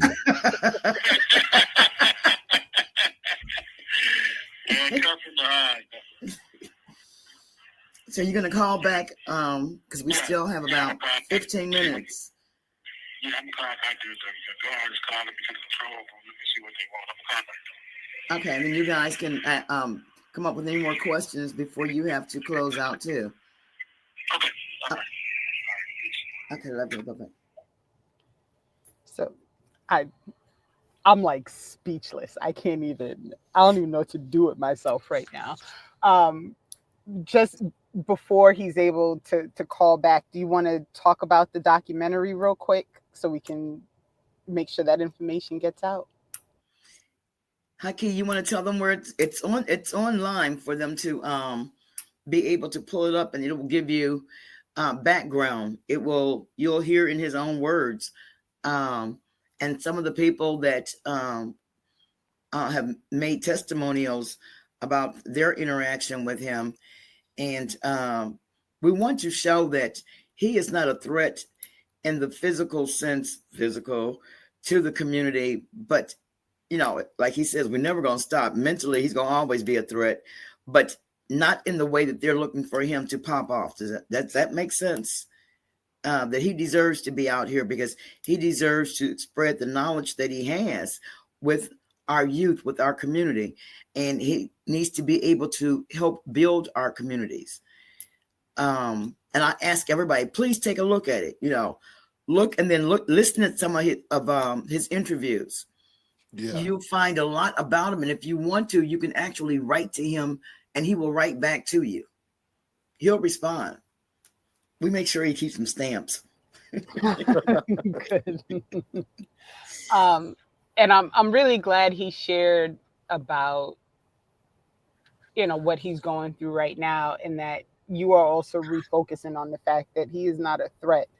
I have a real like distaste for this whole like what's a crime, and this is a conversation that I have with people all the time when they start. Oh, there we go. It's calling back. Okay. I'm listening. No, I'm just letting him back in. No problem. And this ongoing conversation of what the realities of the carceral system and what's a crime versus what's not a crime versus who gets away with crime, right? Thank you for using GTL. Because that's a big part of it. She's talking about what constitutes a crime in these United States and what doesn't and who gets prosecuted. So go ahead, Renee. Yeah, so one of the conversations, and it's ongoing, I look a lot at, like how much, for example, wage theft happens, right? Corporations get away with stealing wages, billions of dollars of wages, and it's never considered a crime. Right. Meanwhile, for everything that Shaka is going through right now, as a result of literally, you were in crisis. And what you said about, the state and the government's inability to recognize the humanity of Black people, right? That you are not allowed to have a moment of stress and anxiety that might push you to do something that you wouldn't normally do, but is totally understandable given the situation that you're dealing with in that moment. And I don't know if there's really a question in here. I think I was really just reflecting on what you were saying about the state that you're in currently, and thinking about how much you are dealing with as a result of simply being a person, right? Like all people have moments where they kind of lose, you lose yourself in that moment. Jared nearly threw his computer out the window before he got on the show today, right? Like there are moments in life where you encounter a situation, and I do have a child. I have a son. He's 14. And I'll be honest, like I don't know what I would do if something like I couldn't say for any certainty like what exactly I would do if something happened to him. Right? I don't even like thinking about it. So I certainly don't want to predict what my response would be. And so I don't know. Again, I don't know if there's a question, but if you could, you maybe Shaka talk a little bit more about like what people need to understand about how the system criminalizes humanity because they don't like the person who is portraying their humanity. Because I feel like it's lost on people sometimes that all crimes are only crimes depending on the person who is doing them. And I don't know if there's a question there, but maybe you can respond to that. Well, yeah, if you look at particularly historical, it's definitely like when you look at comrades and brothers, like let's just like Suliana Coney, like the fact that you got a Shaka Shakur in exile, what have you, or Geronimo Pratt, or Sophia Bukhari, Queen Mother Moore, these are beautiful human beings. These is what I call giants within the movement of humanity, the struggle for what's right and what's just, who were punished, terrorized, repressed, targeted, etc. by the powers that be, who stands for, oppression and darkness or what have you. But when you strip away all the other extras or whatever, and just look at it from a human perspective, as you were saying, and people that's trying to do the right thing and stand up for what's right, you have to ask, what is wrong with these people? Well, like even in prison, like why do you punish us for writing books? Why do you punish us for educating fellow prisoners? You know what I'm saying? Why do you punish us for organizing for our rights, our humanity, our human rights and whatnot? But your own doctrine says that we're supposed to be entitled to. You want to celebrate war criminals like George Washington and Thomas Jefferson and all these other individuals, you understand, talk about democracy and all of this stuff, and all of that, but it doesn't apply equally to those people of color or those that challenge capitalism or the current forms of oppression. You want to talk about how this is the greatest country in the world and this great democracy, but you don't want to talk about the over 5 million people that's homeless. You don't want to talk about the highest rate of incarceration in the industrialized world. You don't want to talk about the rate of infant mortality or maternity mortality amongst women of color or infant mortality in general, etc. These contradictions you don't want to address. You want to gloss over, and you want to make it as if it's the individual's problem, as opposed to it being a systematic and a systemic problem with the system that we're dealing with. So it goes back to so-called crime and the piece that I wrote about so-called black criminality. When we respond to human conditions or oppressive conditions from a human nature or human response, what have you, we're vilified. Like the brother answered. Now if you're of another persuasion, then probably all kind of people would say, oh my God, wow, I understand, etc. But when it's one of us or somebody that's colonized or what have you, that you've already been indoctrinated to perceive and view through a certain lens, you automatically have to put us in a category where we don't deserve that type of compassion. You understand? We have to fight for that. That's not a given. So even with my son calling me, he gets here in the 30 minutes before he was murdered, telling me, hey, Pops, come pick me up. But never telling me that he was in any danger. And I'm like, okay, I'm on my way. Give me like 15 minutes to change clothes. And by the time I got home to change clothes, he on the phone. His mom on the phone screaming that he's gone. You know, that, you don't understand. My reaction to that, that internalized guilt, amongst other things, you can't understand that. Because why? I've been to prison. Because why? I'm an ex-con, as you say. You know, why? Because I live in Gary, Indiana, an oppressed community, the ghetto, the hood. You know. And so so again, for me, as a revolutionary nationalist, it's a context. And that context is the colonial/neo-colonial context in which we as a people have the relationship to the U.S. government. It has a historical context, it has a historical materialistic continuity context, you understand? And everything, we most definitely have to take responsibility for some of our own actions and things that we're not doing as a people. But at the same time, everything that we deal with, you understand, collectively as a people, economically, politically, etc., can be traced back to our particular relationship, social and economical relationship to this government. You understand? I wish we had more time because and I think, and I don't know, Haki or Akili, if you had said it earlier about being from Gary, Indiana.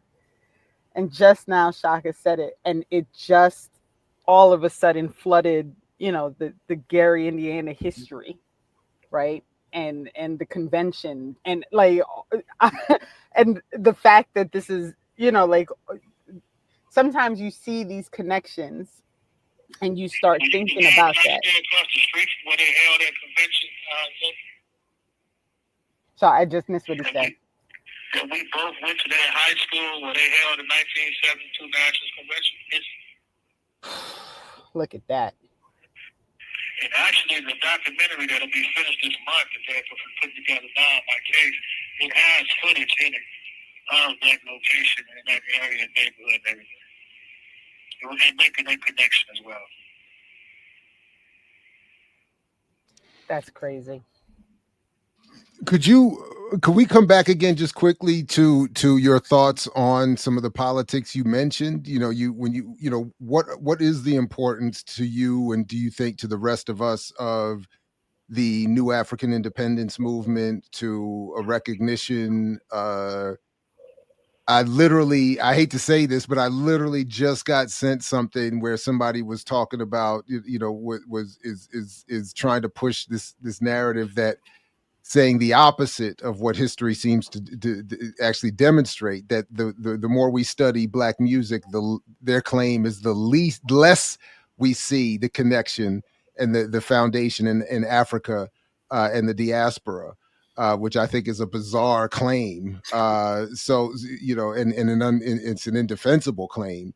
But we see, a new effort, I think, is a sort of a modern day COINTELPRO to get Black America to cut itself off. So could you just say a couple of words about the importance of the new African independence movement, and again, what it means to be a new African, and what that perspective provides for you in terms of an analysis of the world? Yeah, absolutely. And I got a piece, and this is in my book too. People, contrary to propaganda, people's rhythm never stop. You know what I'm saying? Our beat as a people never stops. So from the first settlers setting foot in the continent of Africa, we engaged in resistance, you understand, to colonization and slavery, you understand, initiating a war for independence, a war for liberation. So if you take that, and the slavery process of us being shipped over here, from different nations and different tribes and ethnics, what have you, and being forced to learn how to communicate with one another, being forced to put whatever petty differences aside, what have you, to struggle against that common oppression. That oppression within itself helped shape the people that we have, that we are today. And actually gave rise to a nation. You know what I'm saying? Well, we created, through that common process, the spirituals, gospel, jazz, what we see today as hip hop, the way we move, the way we feed, the way we eat, the way we engage and love one another, etc. All that evolved through that process. You understand? And as we fought back then for freedom and land, separations, whether it was the maroons retreating up into the hills and lots of military strikes, you understand, to turn to Demar Vesey, to Gabriel Process, and so forth and so on. All that was wars of resistance. You understand? The struggle as the nation, as the new African nation continued to evolve and take shape. Our many came one for the most part as a people. And while we have our own internal class structure and class differences and antagonisms and what have you, we still are one people. You know what I'm saying? In terms of nationality and identity. You know what I'm saying? That struggle in a common area for the most part, which was the South. You know, which is why we identify that as the national territory. When we talk about Africa, we talk about freedom land. So while they try to impose second-class citizenship on us, you understand, and impose, you know, the men of people into a constitution. We do not get to impose our nationality upon the people. We get to decide that for ourselves, something that we have been denied as a people. We was never given the opportunity as a people to determine our self-determination, whether we wanted to go back to Africa or we wanted to land over here or whether or not we wanted to assimilate into the U.S. Instead, that was imposed upon us. So basically, denied due process.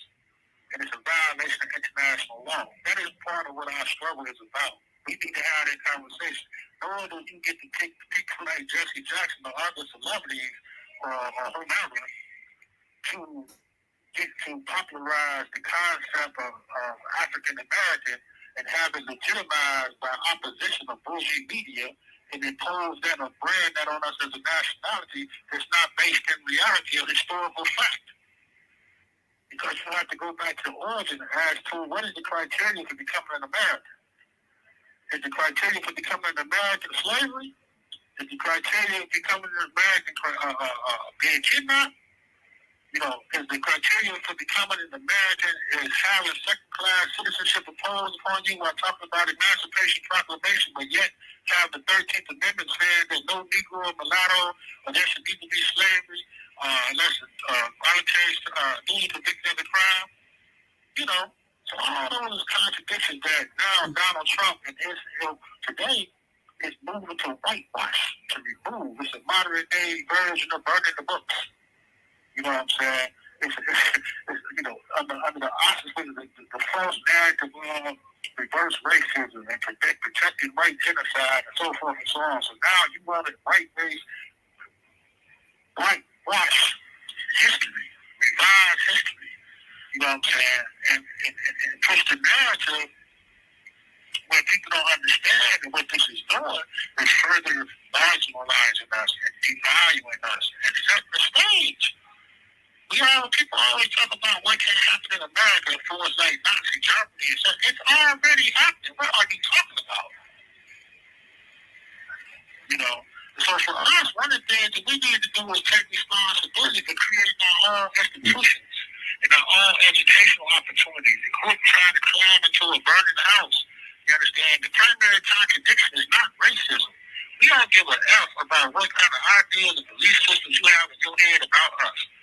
As long as we secure it in ourselves. We care about the power structure, the power dynamics to impose oppression upon us through those systems that's based on those ideas. That's the issue. You understand? Our primary contradiction in terms of our struggle is the colonial contradiction. You understand? Being denied the right to self-determination and land to decide for ourselves what we want to do for ourselves and meet the needs of our own people. You can have a Black Wall Street, you can have whatever. If you still caught up on going to the boss and playing on his chessboard with the $1 billion that you have, every time we start quote unquote winning, what do? They change the rules. You know, so for us, let's press it on real quick to sum up, in my opinion, and based on my studies, okay? I would just like to say that I think it is critically important for us to engage in what we call dual power. Dual power is the principal concept that we organize in our communities. We develop infrastructure in our communities to meet the needs of our people. You understand what we're and begin to wean ourselves off the dependency upon the state. And as part of that process, that's not saying that we don't deal with the U.S. government or whatever. But at the same time, we're putting mechanisms and things in place to meet our own needs. If you take January 6th, for example, just for an example of what happened in the U.S. Capitol. Let's just say hypothetically, young people would have been better organized and coordinated throughout the country. And they was attacking state, not only state capitals, but they was attacking predominantly New African areas and communities. Let's say Atlanta, the so-called Black Mecca, for example. You know what I'm saying? Because they organized, they militarized. A lot of them was former veterans or military or part of the law enforcement or security forces. Who would we call? What would we have done? What we have to prepare? We gonna call 911? You know what I'm saying? So who they gonna sit out on our behalf? You know what I'm saying? So and how would we protect ourselves? Can we just depend upon the street organizations? Okay, some of them militarized, some of them organized, etc. But you cannot beat and defeat a trained army for the most part if you just shoot off willy-nilly, if you're not trained. You know, so these are things to think about. When every other month or so, we hear about these people planning or whatever to contaminate water going into the black community or doing this to promote genocide and so forth. These should be wake-up calls. These are serious times. The shit that Trump is doing now is not even necessarily about him. He's laying foundations and planting the seeds for generations to come. Steve Bannon got a monastery where they breed and raising these type of individuals. You understand? Indoctrinate these type of individuals ideologically. You know what I'm saying? These are things that's not being talked about. So you just see the surface of what they're doing with the immigration and the exiling out of the country and so forth and so on. What you don't see is underneath the curtain, underneath the surface of what's being done. So when he's out of there, because there's always been a Donald Trump, whether he was Bush, Reagan, or Bill Clinton. You understand? There's always been one. He's just more vocal and reactionary. You know, and I understand, let me point this out real quick. They just busted a bunch of neo-Nazis out here in Washington. Armed to a team, both from military, you know what I'm saying? Both from time they want to start a race war, et cetera, right? Now here's Trump fighting all these old Proud Boys and Oath Keepers and all these people here. You understand? These false patriots that's militarized, you know, and so forth, right? This is his fifth column. His rear guard outside of the military. You have 1 minute remaining. His private army. Who's to say he's legitimizing these people? You know what I'm saying? He's giving these people a platform. Who's to say what kind of relationship did they have with the federal government underneath the surface behind the scenes? What kind of intel they get on the left or on us? What kind of arms or weapons or what have you, or technology that they receive from the federal government, you understand, against those that they consider opposition?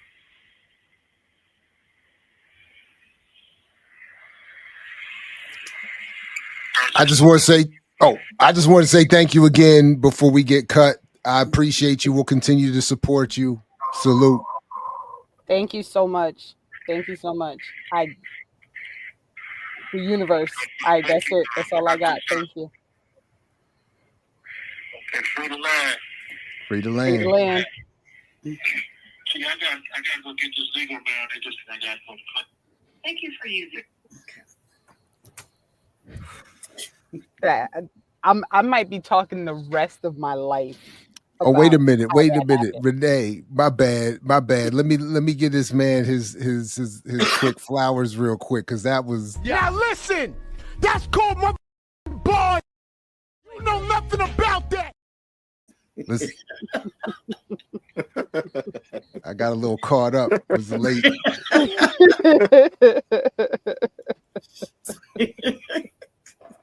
Loving it. Listen, I don't know what to do. Like that just happened. The rest of my life, literally, that just happened. I can't even. Is there anything before we wrap? Because we're over our 2 hours, and I would love actually to talk more, but I do have to get back on the road. Is there anything more? Is there anything we didn't discuss? Is there anything that either you, Haki, or Keely want to make sure that the audience or we're aware of before we wrap for today? No, I think my husband has said it all. I think the only thing I would like to add is that people please do take into consideration mental health. Yes. You know, whether you're behind bars or not, but we as a people, we really have to take care of our mental health.